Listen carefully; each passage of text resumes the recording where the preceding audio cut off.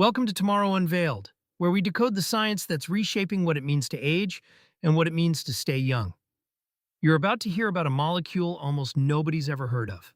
Not some exotic compound from a lab, not some rare genetic quirk, just a simple building block that your body's been making since you were born, and that it's making less of, right now, as you listen to this.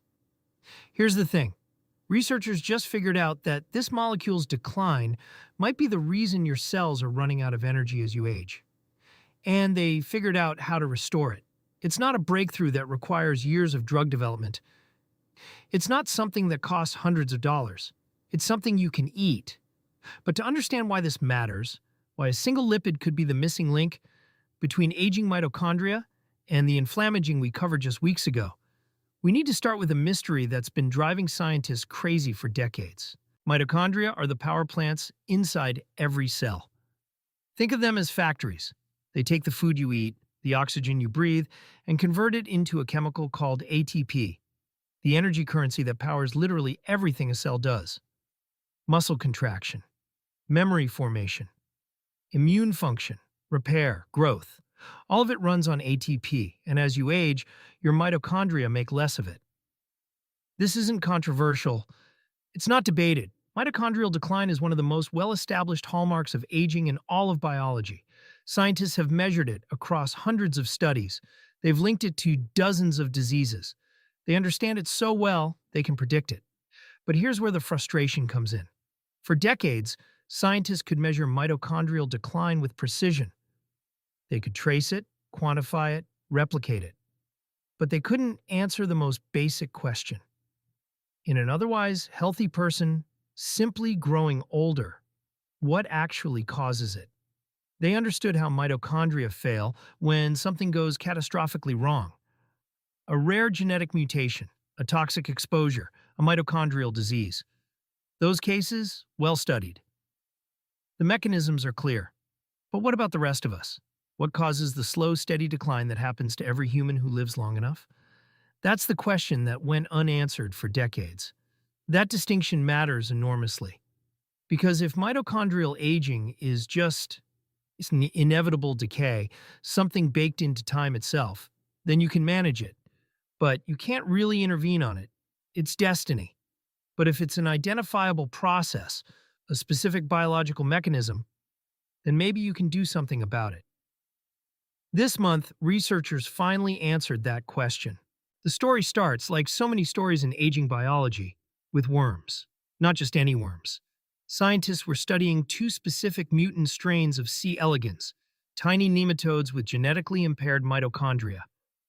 These worms were born with broken power plants, structures that should make them weak, short-lived, metabolically struggling from day one. Here's the weird part. These mutants lived longer than normal worms.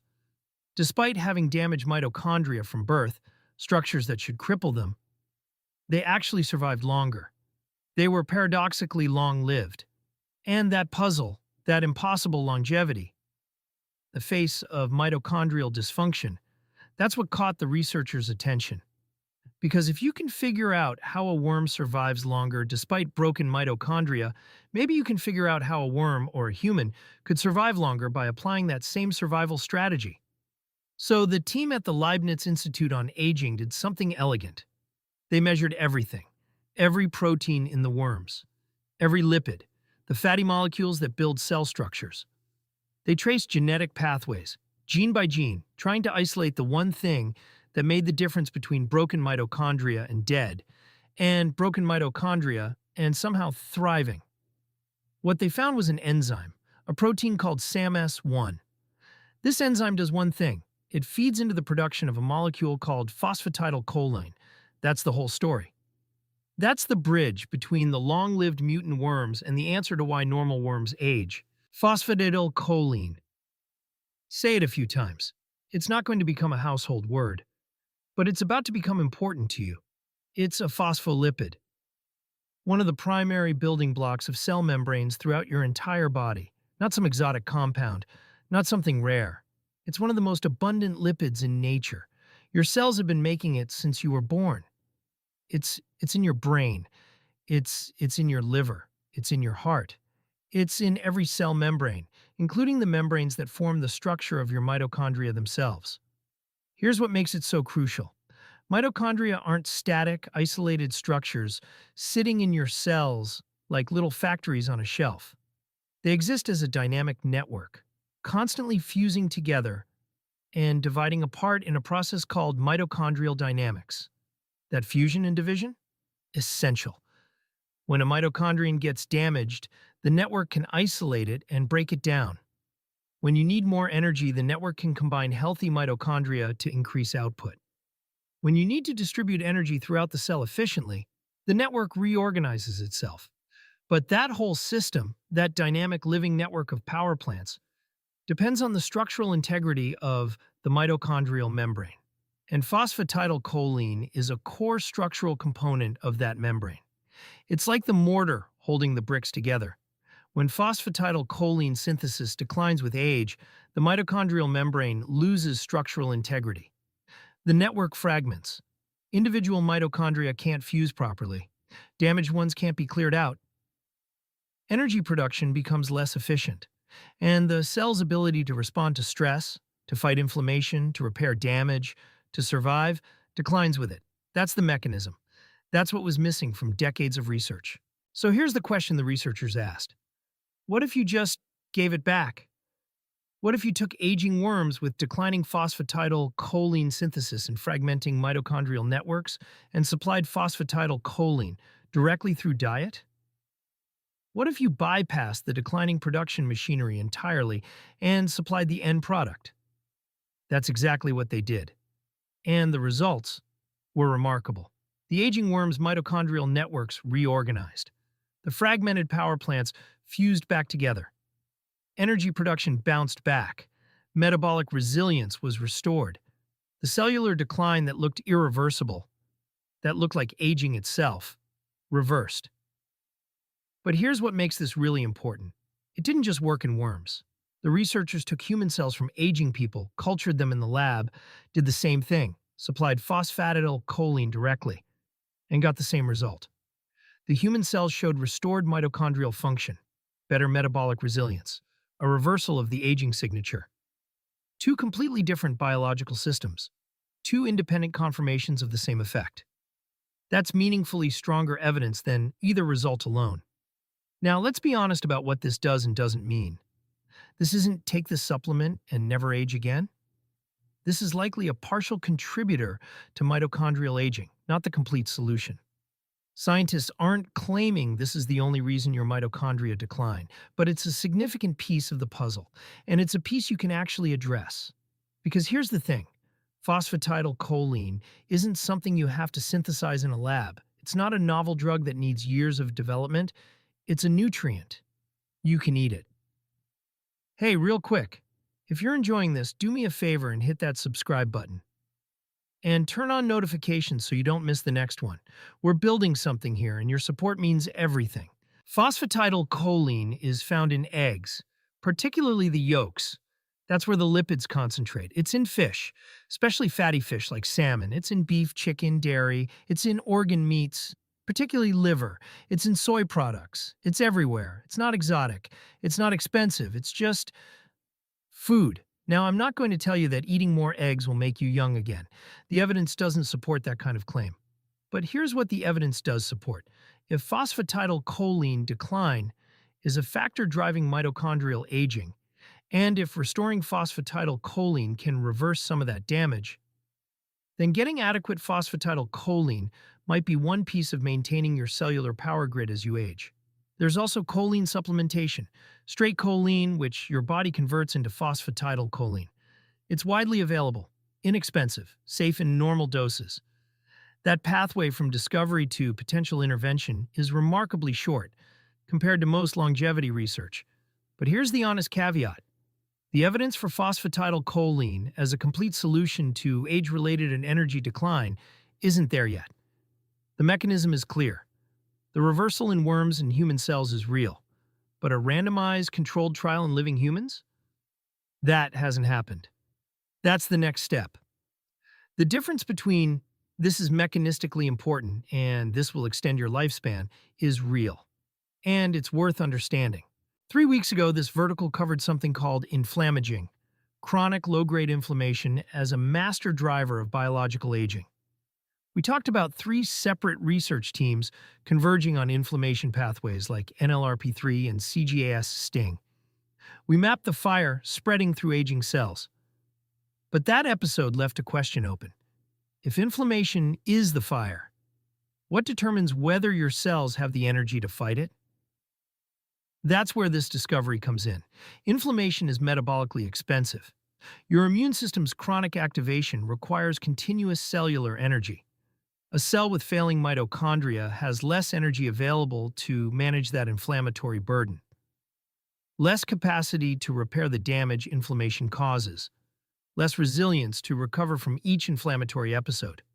So, you've got two aging mechanisms, not one. Not separate, independent problems. Interacting, mutually reinforcing ones. Declining energy production makes inflammation harder to control. Chronic inflammation further damages mitochondrial function. It's a compounding cycle. The fire and the fuel, they're part of the same aging system. When you understand it that way, when you see inflammaging and mitochondrial dysfunction not as separate hallmarks, but as gears meshing together, each one grinding down the other, the landscape of aging biology shifts. You're not fighting dozens of independent problems. You're managing a few interconnected systems.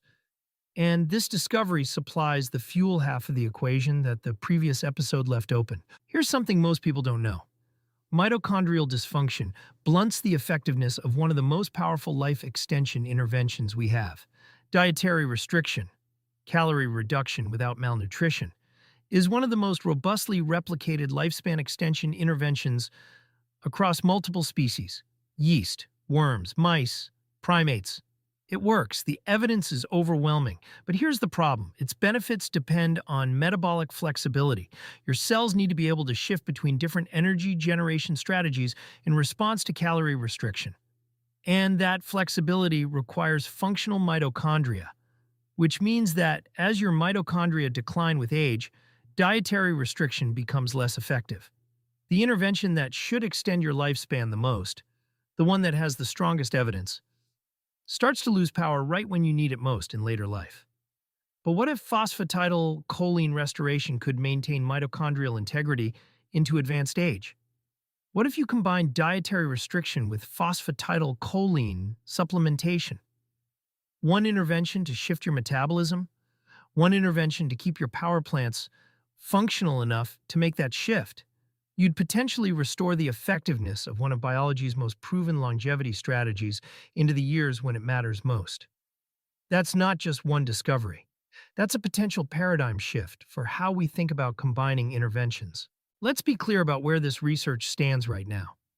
The mechanism is mapped with unusual clarity: gene to enzyme, to lipid, to mitochondrial structure, to functional reversal. The pathway is traced. The evidence in worms is solid. The evidence in human cell culture is solid. But a randomized controlled trial in living human subjects, that hasn't happened yet. The human evidence so far comes from cells and culture and from correlating human metabolomic data with the worm findings. It's strong evidence. It's not human clinical evidence. So here's what has to happen next. First, a randomized controlled trial. Older human subjects. Phosphatidylcholine or choline supplementation against placebo. Mitochondrial function measured directly. Not inferred, not estimated, measured. Aging biomarkers tracked. That's the gold standard. Second, dose-response studies. How much supplementation is needed? Is there a ceiling beyond which more doesn't help? What's the window of effectiveness? Third, safety studies. Choline metabolism has documented interactions with cardiovascular health. Those interactions need to be characterized specifically in an aging population before you're recommending this to millions of people. The mechanism is clear. The clinical validation is the next chapter. And because the proposed intervention is dietary rather than a novel drug requiring years of development, that chapter could move faster than typical longevity discoveries. Some of this research might already be underway. Some of it might be announced in the coming months. If it is, you'll hear about it here first. Oh, and if you're watching on your phone, there's a hype button right below the video. Smashing that really helps smaller channels like ours get discovered. So let's bring this home. What does this discovery actually mean for your life right now? If you're in your 40s or 50s or older, your mitochondrial function is declining. That's not a disease. That's not a disorder. That's aging. Your cells are making less ATP. Your power plants are becoming less efficient. That decline is contributing to fatigue, cognitive changes, metabolic slowdown, and reduced resilience to stress. This discovery suggests that one factor driving that decline is falling phosphatidylcholine synthesis. And phosphatidylcholine is something you can eat. Should you run out and buy choline supplements? Maybe. The evidence suggests it might help maintain mitochondrial function. But the honest answer is, we don't know for certain until human clinical trials are done. What we do know, phosphatidylcholine is abundant in ordinary food. Eggs, fish, meat, dairy, organ meats, soy. There's no harm in making sure you're getting adequate amounts. There's no downside to eating foods rich in phospholipids. Is this a complete solution to aging? No. Mitochondrial decline is complex. It has multiple drivers. Phosphatidylcholine is one piece of a much larger puzzle, but it's a piece you can actually address. It's a piece that connects to other aging mechanisms we've mapped, and it's a piece that might explain why some interventions, like dietary restriction, become less effective with age, and how you might restore that effectiveness. That's not nothing. That's a foothold. That's a mechanism. That's the difference between aging looking like destiny and aging looking like a problem you might actually solve. We started this episode with a question. What causes the slow, steady decline of mitochondrial function in an aging human? Why do our power plants gradually fail? The answer is phosphatidylcholine, a molecule almost nobody's ever heard of, a nutrient you can eat, a missing piece of a puzzle that's been unsolved for decades. That's the future of aging biology. Not exotic interventions, not rare compounds, not drugs that take a decade to develop. Just understanding the mechanisms clearly enough to address them with the tools already in our hands. Let the future be your guide with all the knowledge deep inside.